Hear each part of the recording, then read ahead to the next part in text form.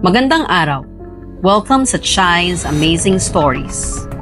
Paano nga ba napunta sa trahedya ang simpleng pakikipagkita na ang layunin ay isang transaksyon sa lupa? At bakit nga ba naging target ang isang Israeli at ang kanyang Pilipinang kasintahan? Alamin natin ang buong kwento nila Geneva Lopez at Yitzhak Cohen, ang kanilang pag-iibigan, mga pangarap at ang trahedyang sinapit nila.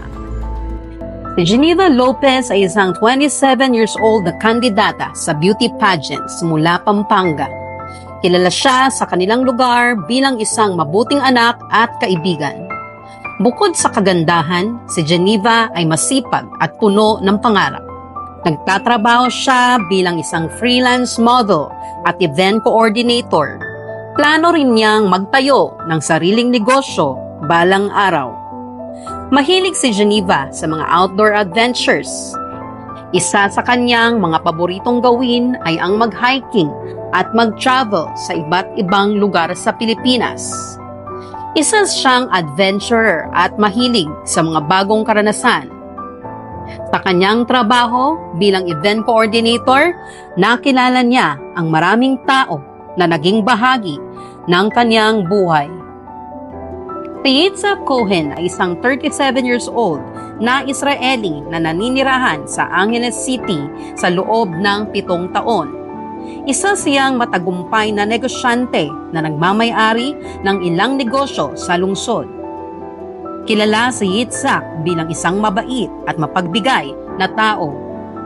Mahilig siyang tumulong sa kapwa, lalong-lalo na sa mga nangangailangan. Bukod sa kanyang pagiging negosyante, mahilig din si Yitzhak sa paglalakbay. Madalas siyang mag-explore ng iba't ibang lugar sa Pilipinas at nag-e-enjoy sa mga simpleng bagay. Isa rin siyang fitness enthusiast at madalas na makikita sa gym upang mapanatili ang kanyang kalusugan. Noong taong 2022, sa isang event na ginanap sa Angeles City, nagkakilala sina Geneva at Yitzhak. Si Geneva ay isa sa mga coordinator ng event at si Yitzhak naman ay isa sa mga bisita. Sa unang pagkikita pa lamang, agad silang nagkapalagayan ng loob. Nagsimula sa simpleng usapan, nauwi ito sa palitan ng mga numero at pag-uusap online. Naging mabilis ang kanilang pagkakaibigan at hindi nagtagal ay naging magkasintahan. Sa kanilang relasyon, laging suportado ni Yitzhak si Geneva sa kanyang mga pangarap at ganon din si Geneva kay Yitzhak. Madalas silang magkasama sa nagkaroon ng maraming plano para sa kanilang kinabukasan. Noong umaga ng June 21, 2024, bago sila umalis patungo sa Capas Tarlac, nagkaroon pa ng pagkakataon sina Geneva at Yitzhak na makausap ang kanilang mga pamilya.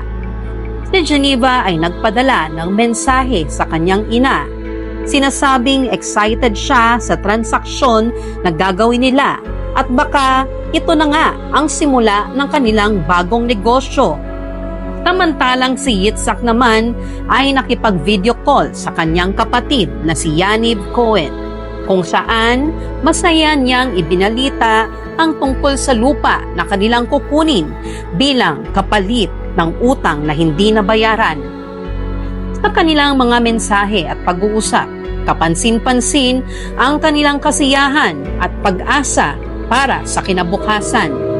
Hindi nila alam na ito na pala ang kanilang huling paalam sa kanilang mga mahal sa buhay.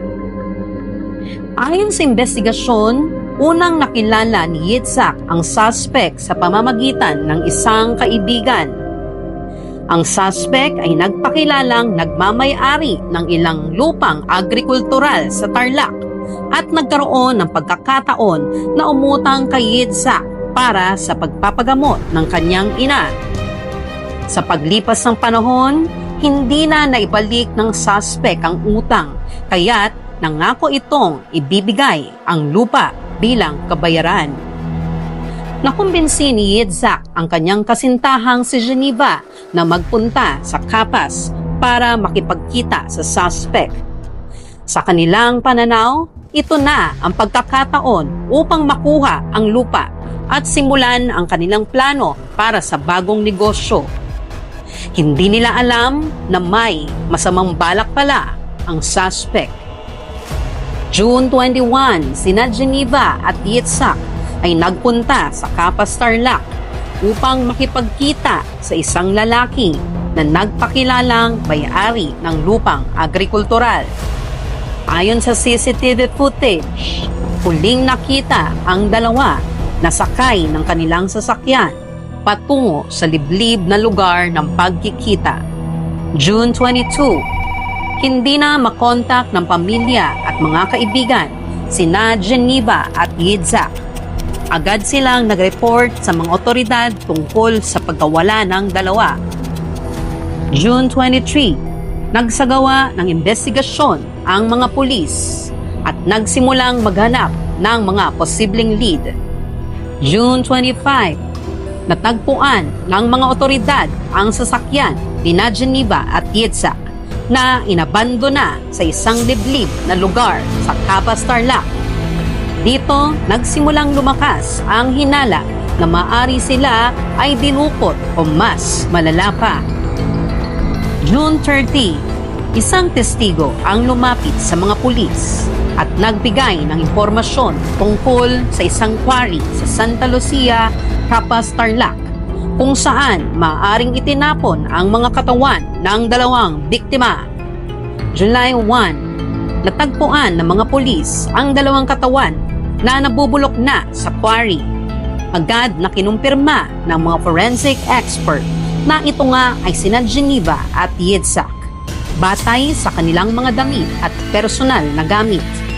Ang unang teorya ay nagsasabing maaari ang suspect ay planong patayin sina Geneva at Yitzhak upang takasan ang utang. Ang utang na ito ay malaking halaga at maaring iniisip ng suspect na mas madali ang patayin ang dalawa kaysa magbayad ng utang. Isa pang teorya ay ang pagkakasangkot ng dalawang dating pulis na nadakip noong July 2. Ayon sa investigasyon, sila ay kinompronta ng pangunahing suspect upang tulungan sa pagkatago ng krimen kapalit ng malaking halaga. Ang pangunahing suspect ay ang lalaking nagpakilalang may-ari ng lupa. Ayon sa mga ebidensya, siya ang nag-ayos ng pakikipagkita at tila plinano ang lahat upang maisakatuparan ang krimen. Ang mga dating pulis ay tinulungang itago ang mga labi ng biktima na lalo pang nagpapatibay sa kaso laban sa kanila.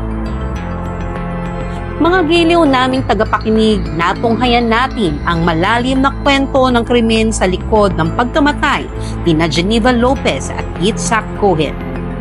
Sila ay mga biktima ng isang karumal-dumal na krimen na nag-ugat sa isang simpleng utang. Hanggang sa ngayon, patuloy pa din ang investigasyon sa kanilang kaso at naway makamit nila ang hustisya na nararapat. Ano nga ba ang mga aral na dapat nating matutunan mula sa kasong ito?